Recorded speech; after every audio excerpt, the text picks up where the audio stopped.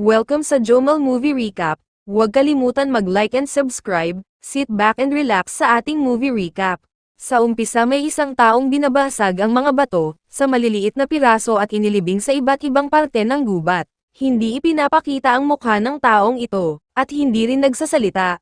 Ang kilos niya ay parang bahagi ng isang ritual, parang hindi lang basta nagtatago ng bagay, kundi may itinatakdang mas malalim na layunin. Ang kwento ay nagaganap sa isang malapit na hinaharap, kung saan winasak ng isang malupit na pandemya ang lipunan. Nagkawatak-watak ang mga lugar, mahigpit ang quarantine, at unti-unting nawala ang kaayusan. Hindi naligtas ang mga lungsod, ang mga liblib na kagubatan ay naging bahagi ng kontroladong zona ng gobyerno. Dito ipinakilala si Martin Lowry, isang siyentipikong dumating sa isang quarantine outpost malapit sa masukal na kagubatan sa Bristol, England. Ang kanyang misyon ay tulungan ng isang proyekto para sa pananaliksik sa agrikultura, upang matugunan ang kakulangan sa pagkain na dulot ng pandemya. Ngunit meron siyang lihim na layunin, hanapin si Dr. Olivia Wendell, isang kapwa siyentipiko na bigla na lang nawala sa kagubatan ilang buwan na ang nakalipas. May personal na koneksyon si Martin kay Olivia, ngunit hindi ito alam ng mga tauhan sa outpost. Dumaan si Martin sa mahigpit na screening,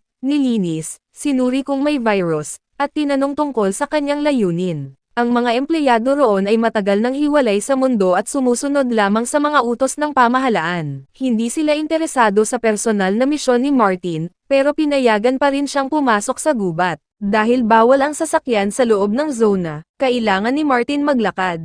Inatasan siyang samahan ng isang forest ranger na si Alma, na magsisilbing gabay sa kanyang 2 araw na paglalakbay patungo sa huling lokasyon ni Olivia. Habang naglalakad, ikinuwento ni Alma na dati raw nagpapadala ng liham si Dr. Olivia sa kanila, pero tumigil ito mahigit kalahating taon na. Tahimik lang si Martin tungkol sa kanyang personal na relasyon kay Olivia. Siya ay naroon para sa pananaliksik, upang pag-aralan kung bakit napaka-fertile ng lupa sa lugar, na posibleng sagot sa kakulangan sa pagkain. Hindi sanay si Martin sa gubat, nababalisa siya sa mga kakaibang tunog ng mga hayop sa dilim. Sa umaga, nagpatuloy sila sa paglalakad at nadaanan ng isang sunog na tent. Tahimik na sinabi ni Alma na may pamilyang nagtayo raw roon ng kampo noon at hindi na nakabalik. Malinaw ang mensahe, hindi lahat ng pumapasok sa gubat ay ligtas na nakakalabas. Sa ikalawang gabi, biglang may kakaiba, may mga kumikislap na ilaw sa paligid, nakakabulag at nakakalito. Inatake sila ng hindi nakikitang nilalang, pareho silang nawalan ng malay. Pagkagising nila, wasak na ang kampo, wala na ang pagkain, gamit, at sapatos, pero buhay pa rin sila. Wala silang magawa kundi magpatuloy sa lakad kahit wala ng gamit at may sugat si Martin. Habang lumalalim ang kanilang paglalakad, lalong tumahimik ang paligid, wala ng ibon, hangin, ni kaluskos man. Hanggang sa may lumitaw na isang lalaki, nagpakilala siya bilang Zack, isang ermitanyong naninirahan mag-isa sa gubat. Bagamat nagdadalawang isip, si Martin at Alma na desperado at walang ibang pagpipilian ay tinanggap ang alok ni Zack. Si Zack ay kalmado, mahinahon magsalita, at tila may malalim na pilosopiya. Sinasabi niyang matagal na siyang naninirahan sa gubat, malayo sa gulo ng mundo at tila pati na rin sa realidad. Sa kanilang kampo, napansin ni na Alma at Martin na maayos ang gamit ni Zack, na parang matagal na rin siyang naninirahan doon, kahit hiwalay siya sa mundo. Mukhang kontento siya sa kanyang pag-iisa. Napansin ni Zack ang malalim na sugat sa binti ni Martin. Agad siyang kumuha ng mga materyales at nilapatan ng pangangalaga ang sugat gamit ang kanyang bihasang mga kamay. Pagkatapos, binigyan niya sila ng bagong damit, pagkain, tubig, at isang kakaibang inumin na matamis na parang syrup. Ngunit may kakaiba, makalipas ang ilang sandali, napagtanto ni na Alma at Martin na may sedatibo ang inumin, nilasing sila ni Zack, ang lalaking tila matulungin ay peke lang pala. Habang nawawalan sila ng malay, tinanggal ni Zack ang kanilang mga damit at binihisan sila ng mga kakaibang kasuotan na siya mismo ang gumawa, kinunan pa niya sila ng mga nakakatakot na larawan na parabang patay na sila, bahagi ng isang madilim na ritual.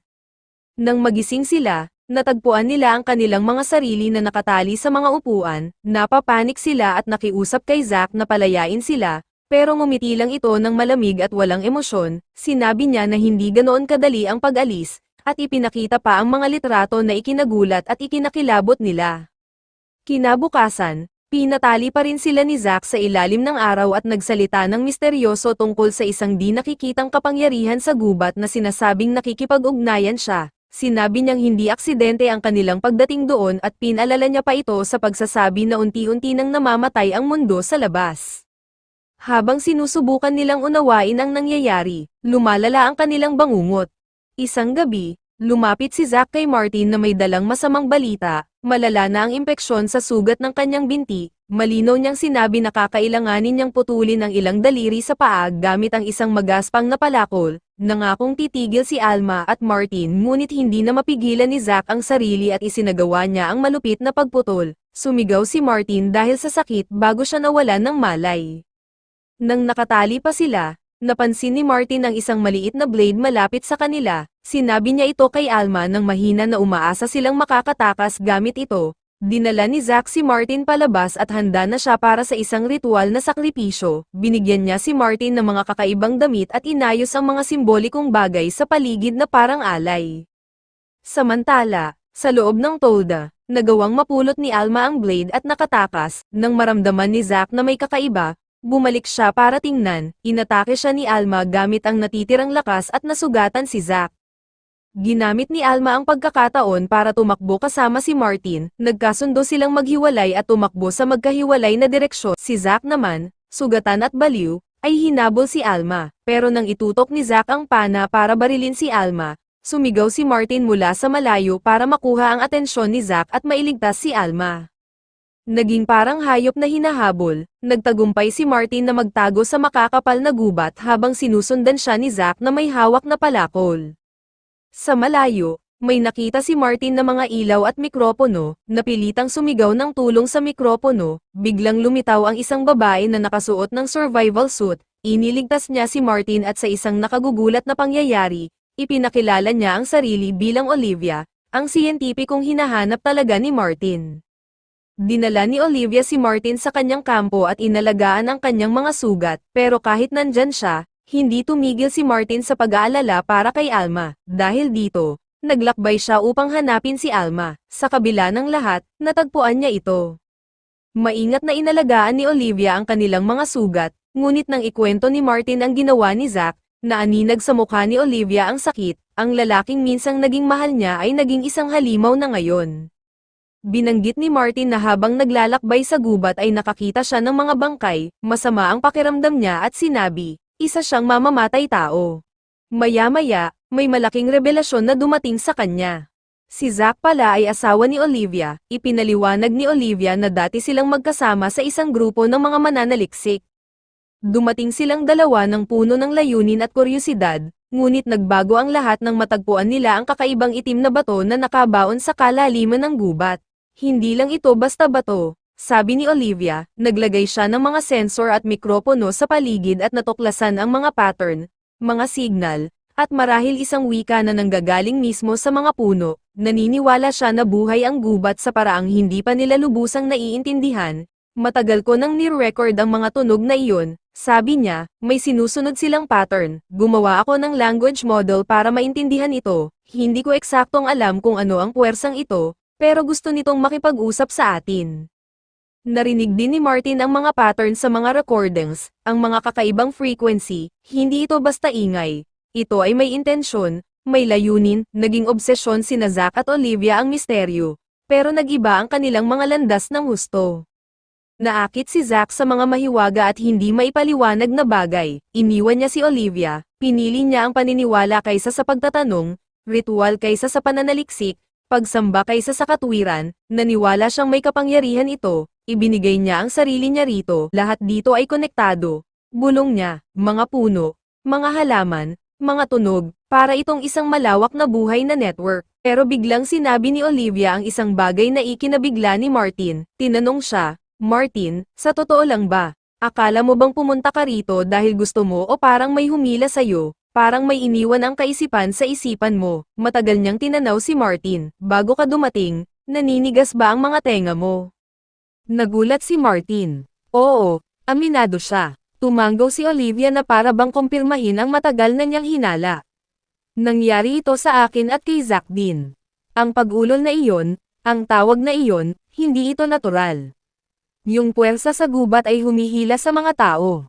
Pero bakit? Iyan ang hindi pa namin alam. Habang naghahanda silang tumakas, isang makapal at maputlang ulap ang unti-unting sumibol mula sa lupa. Kumalat sa kampo na parang tahimik na lason, hindi lang ito ulap kundi isang mapanganib na gas. Ilang hakbang lang ang nalakad niya papasok sa ulap nang unti-unti siyang maapektuhan. Naglabo ang kanyang isip, nadulas, at nagsimulang mag-hallucinate. Mabilis na binawi ni Martin si Alma. Nang inig siya, natataranta, at paulit-ulit na sinasabi, nakita ko siya, malaki siya, pinagmamasdan niya ako. Gabing iyon, noong akala nila ay hindi nalalala pa ang sitwasyon, bumalik si Zack, nakatayo siya sa gilid ng kampo na may hawak na flare na nagpapailaw sa kanyang mukha, natigilan sina Alma at Martin, natatakot na baka patayin sila ni Zack. Lumabas si Olivia upang kausapin siya, nang bumalik siya, hindi mabasa ang kanyang ekspresyon, sinabi niyang sinasabing nakikipag-ugnayan na raw si Zack ng direkta sa puwersa sa gubat, at naniniwala siyang si Martin ang susi, sabi niya gusto ng nilalang na ito na makipag-usap, at ikaw lang ang daan, paliwanag ni Olivia, iniabot niya kay Martin ang isang madilim at malapot na likido sa isang inukit na sisidlan, kailangan mong inumin ito. Nagpalitan ng tingin sina Martin at Alma, unti-unting bumabagsak ang katotohanan, magkaisa na sina Zack at Olivia, hindi na malinaw ang hangganan ng katwiran at pagkabaliw. Wala nang pagpipilian si Martin, hindi niya pwedeng ipagsapalaran ang buhay ni Alma, na nailigtas na siya minsan, kaya pumayag siya. Magkasama silang umupo sa ilalim ng isang matangkad na puno, ininom ni Martin ang likido. Naniniwala si Olivia na hindi lang basta nahikayat si Martin sa gubat, tinawag siya nito, sigurado siya na gusto ng nilalang na ito na makipag-usap sa pamamagitan niya. Pero bago pa man mangyari ang iba, isang matinis at matinding tunog ang umalingaw-ngaw sa paligid, bumagsak sina Martin at Olivia sa kanilang mga tuhod, hinawakan ang kanilang mga ulo dahil sa sakit. Sinubukan ni Alma na lapitan si Olivia para humingi ng tulong, pero aksidenteng napasok siya sa pribadong lugar ni Olivia. Ang nakita niya roon ay nagpatigilan sa kanya, mga larawan, dosenang mga larawan ng mga taong pinatay ni Zack, halos obsesibo ng dinokumento ni Olivia ang lahat, hindi na ito pananaliksik, ito ay pagsamba. Naintindihan ni Alma ang katotohanan, hindi lang tulad ni Zack si Olivia, baka mas malala pa siya. Inarap ni Alma si Olivia at nagkaroon ng marahas na laban, nasugatan ni Alma si Olivia bago siya tumakas papasok sa gubat. Samantala, papalapit si Zack kay Martin na may hawak na palakol, handang tapusin ang sinimulan niya, pero dumating si Alma sa tamang oras, una niyang nabulagan si Zack sa pamamagitan ng pagtusok sa kanyang mata, pagkatapos ay tinapos niya ito ng tuluyan. Ngunit ang tagumpay ay may kapalit, ang nakakalason na ulap ay kumalat na muli sa gubat ng mas mabilis kaysa dati, at nahirapang huminga, unti-unting nabalisa ang kanyang isip, nagsimulang makakita ng mga imposible, surreal, at nakakatakot na mga bisyon mula sa ibang mundo. Nawala ang pakiramdam ng oras, nang dumating ang umaga, hindi na siya katulad ng dati. Nagising si Alma na may walang buhay na mga mata at hindi pangkaraniwang kalmadong itsura. Lumipat na ang nilalang at nakahanap ng bagong katawan, lumapit si Alma kay Martin. Ang tinig niya ay malambing pero walang buhay. Ang mga mata niya ay malayo ngunit nakatuon, sama ka na, sabi niya, lalabas na tayo ng gubat. Ngunit may kakaibang pagbabago sa tono niya, isang bagay na malalim at hindi na mababago at doon nagtatapos ang kwento.